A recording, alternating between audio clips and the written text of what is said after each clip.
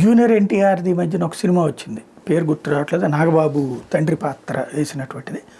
అందులో ఒక ఇది ఉంటుంది, ఫ్యాక్షనిజాన్ని కంట్రోల్ చేయడానికి అని చెప్పేసి మాట్లాడుతున్నప్పుడు హీరోయిన్ చెప్పినటువంటి ఒక మాట తనకి బాగా నచ్చుతుంది.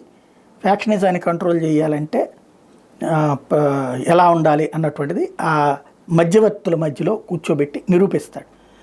అది నిరూపించి వెళ్ళిపోతున్నప్పుడు, ఏది ఒకళ్ళ క్షమాపణ చెప్పేసి వెళ్ళిపోతున్నప్పుడు అడిగినప్పుడు రావు రమేష్ డైలాగ్ ఉంటుంది అనమాట. ఒక విజిల్ బ్లోయర్ అంటారు ఇట్లాంటి వాళ్ళని, ట్రెండ్ సెట్టర్ అంటారు అన్నటువంటిది.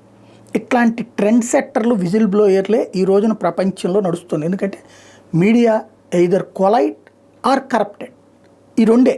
అయితే అధికార పక్షాలకో ప్రతిపక్షాలకో దాసోహం, వాళ్ళ కార్యకర్తలాగానే పనిచేస్తున్నారు, లేదా అమ్ముడుపోతున్నారు.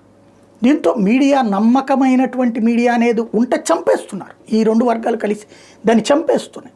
దెన్ ఇప్పుడు ఇక మిగిలింది కాస్త గొలన్నటువంటి వాళ్ళని విజిల్ బ్లోయర్స్ అంటుంటారు. ఇట్లాగా దుబాయ్లో ఉండేటటువంటి విజిల్ బ్లోయర్ ఒకళ్ళు తాజాగా బయటపెట్టినటువంటి అంశం, ఉక్రెయిన్కి సంబంధించినటువంటిది, ఉక్రెయిన్ విజిల్ బ్లోయర్ బయటపెట్టినటువంటి అంశం ఒక సంచలనం. అతన్ని చంపేశారు, ఇప్పుడు కారు బాంబు పెట్టి చంపేశారు. ఏంటయ్యా అతను కనిపెట్టినటువంటిది అంటే, ఇది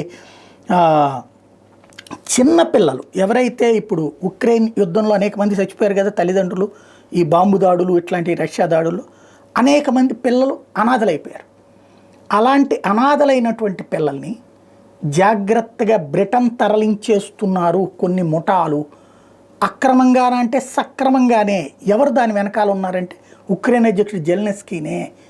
బ్రిటన్లో ఉన్నటువంటి పిల్లలు లేని వాళ్ళకి అడాప్షన్, లేదంటే అక్కడ ఉన్న కొన్ని సంస్థలకి వీళ్ళని పంపించడం, ఇది చేస్తున్నారు. వీళ్ళకి ఇక ఈ దేశంలో బతకలేరు మీరు అని.